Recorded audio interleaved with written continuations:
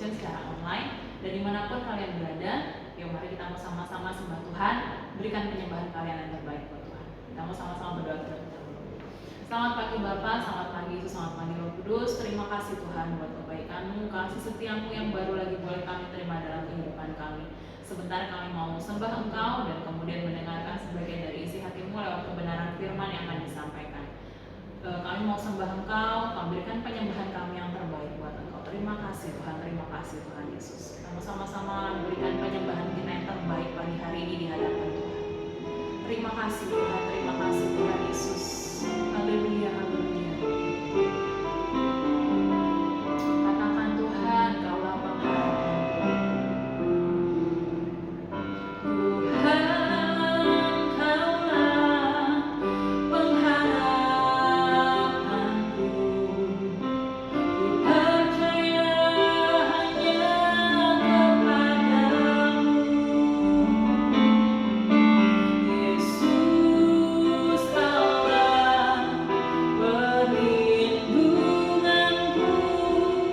Engkau yang selalu kupuji. Ulangi sama-sama dari awal pujian ini. Tuhan, Kaulah pengharapanku. Ku percaya hanya kepadamu, Yesus, Yesus, Allah perlindunganku. Engkau yang selalu kupuji. Mulutku penuh dengan pujian kepadamu, ya Yesus Tuhan. Sepanjang hari ku menghormatkan kepadamu, ya Allah. Dan segenap hati katakan, mulutku penuh dengan pujian kepadamu,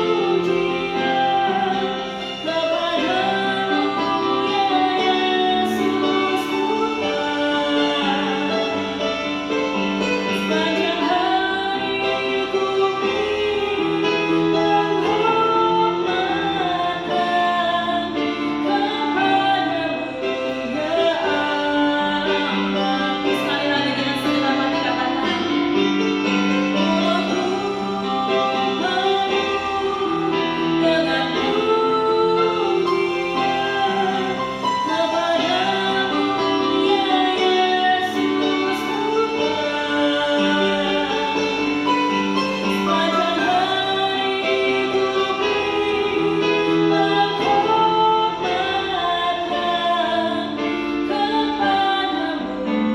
Allah. Sepanjang hari ku menghormatkan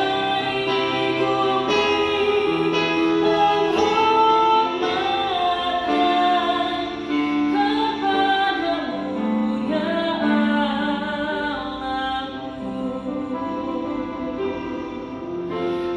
Kepadamu, ya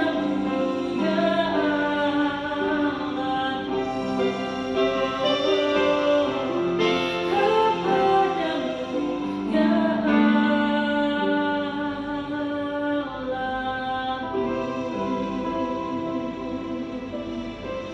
Haleluya, haleluya, Yesus, terima kasih.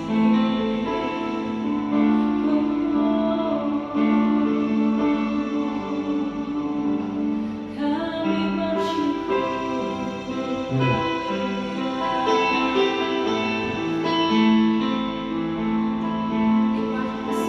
Terima kasih Tuhan Yesus.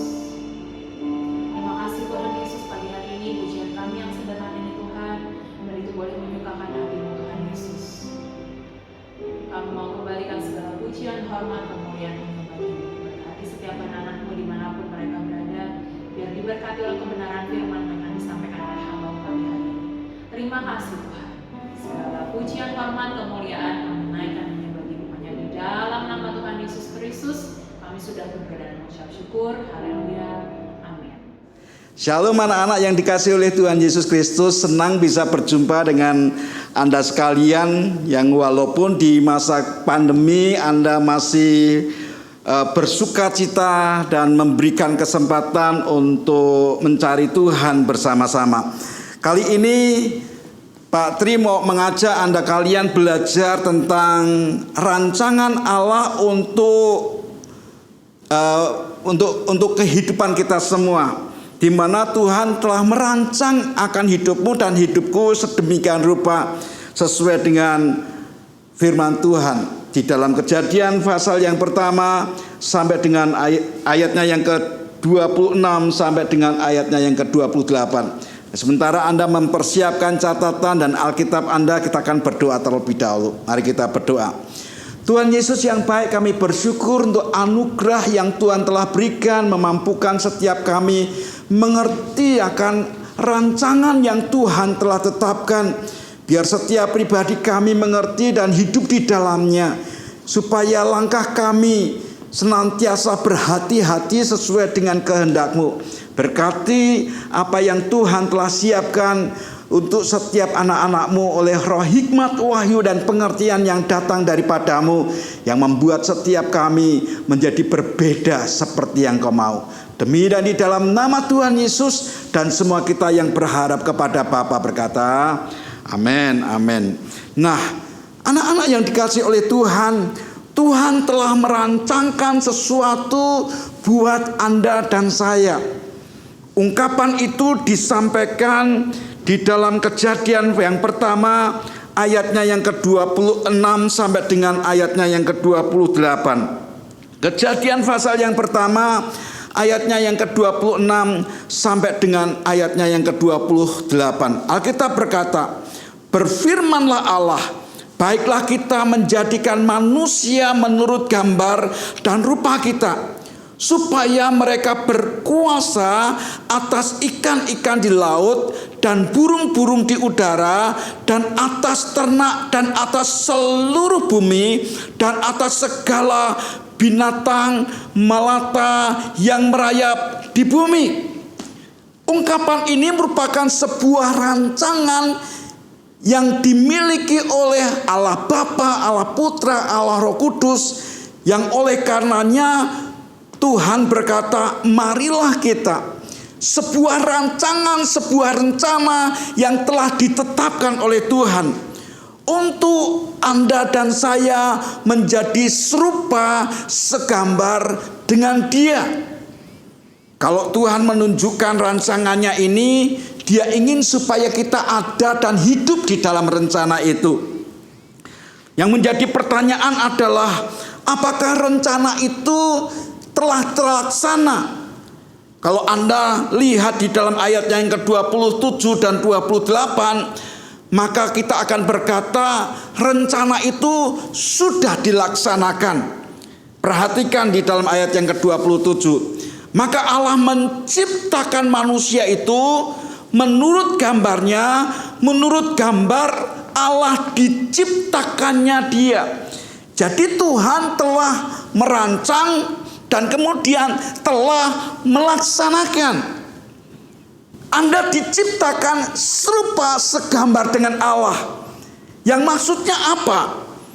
Kalau ayat yang ke-28, maksud Tuhan merencanakan Anda dan saya untuk menjadi serupa dengan segambar dengan Allah itu, ayat yang ke-28 dikatakan Allah memberkati mereka, lalu Allah berfirman kepada mereka, beranak cuculah dan bertambah banyak, penuhilah bumi dan taklukkanlah itu. Berkuasalah atas ikan-ikan di laut dan burung-burung di udara dan atas segala binatang yang merayap di bumi. Kalau Anda diberikan otoritas, diberikan kuasa untuk menaklukkan bumi, berkuasa atas ikan-ikan di laut dan burung-burung di udara dan atas segala binatang yang merayap di bumi. Artinya itu merupakan sebuah otoritas.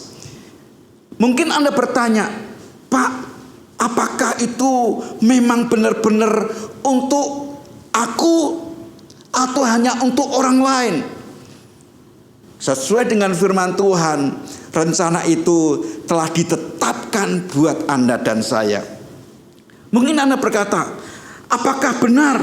Tapi kok kenyataannya aku mengalami kesulitan. Orang tuaku mengalami kesulitan.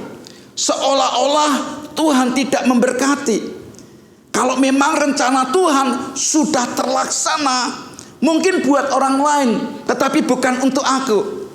Kalau Anda menangkap hal itu, maka kalau boleh saya katakan, setiap orang mengalami pengertian yang seperti itu. Tapi kita akan balik lagi sesuai dengan rencana Allah dalam hidupmu dan hidupku. Yang menjadi pertanyaan, kalau rencana Allah itu terlaksana, apakah rencana Allah itu bisa gagal?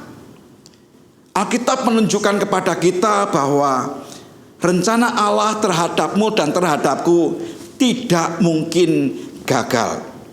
Hanya yang menggagalkan adalah adanya dosa. D-O-S-A, dosa. Apa itu dosa? Segala perbuatan yang Anda ngerti bahwa itu tidak berkenan di hati Tuhan, yang Anda dan saya seringkali lakukan, itu yang seringkali menggagalkan rencana Tuhan. Sehingga Alkitab berkata, semua orang telah berbuat dosa dan telah kehilangan kemuliaan Allah. Dan oleh karena dosa itu, maka upahnya adalah maut, kematian, sakit penyakit, kemiskinan, kesulitan, kesusahan, dan sebagainya. Tapi Tuhan memberikan jalan keluar buat Anda dan saya untuk memulihkan hidupmu dan hidupku. Karena itu Tuhan berkata, Yesus ini harus tinggal di surga sampai pemulihan segala sesuatu. Bagaimana kita bisa dipulihkan oleh Tuhan? Inisiatif pemulihan itu datang dari Tuhan sendiri. Dia menyerahkan putranya yang tunggal yang dikatakan adalah Yesus. Karena begitu Allah cinta dunia hingga diberikannya anaknya yang tunggal. Supaya apa? Supaya yang percaya jangan binasa, melainkan dapat hidup kekal. Ini rencana Tuhan buatmu. Pak, saya sudah percaya sama Tuhan, tapi kok rencana itu belum terlaksana. Anda harus melakukan satu langkah, yaitu percaya. Percaya dengan melalui apa? Mengaku dosamu sebab Dia setia dan adil. Dan izinkan Tuhan mengampuni dosa-dosamu. Dengan berkata, Tuhan, aku sadar aku manusia berdosa. Aku sangat membutuhkan Engkau Tuhan. Aku rindu untuk Engkau masuk dalam hatiku. Jadilah Tuhan dan Juru Selamatku. Jadilah Raja atas hidupku. Dengan demikian Anda akan diberi kuasa untuk menjadi anak-anak Allah kembali, untuk masuk dalam rencana yang Tuhan telah tetapkan. Mari kita berdoa. Ikuti Pak Tri berdoa. Tuhan Yesus yang baik, aku datang kepadamu. Aku sadar aku manusia berdosa. Aku membutuhkan pengampunan-Mu. Dan aku minta Engkau masuk dalam hatiku. Jadilah Tuhan dan Juru Selamatku. Jadilah Raja atas hidupku. Dalam nama Tuhan Yesus aku berdoa. Amin.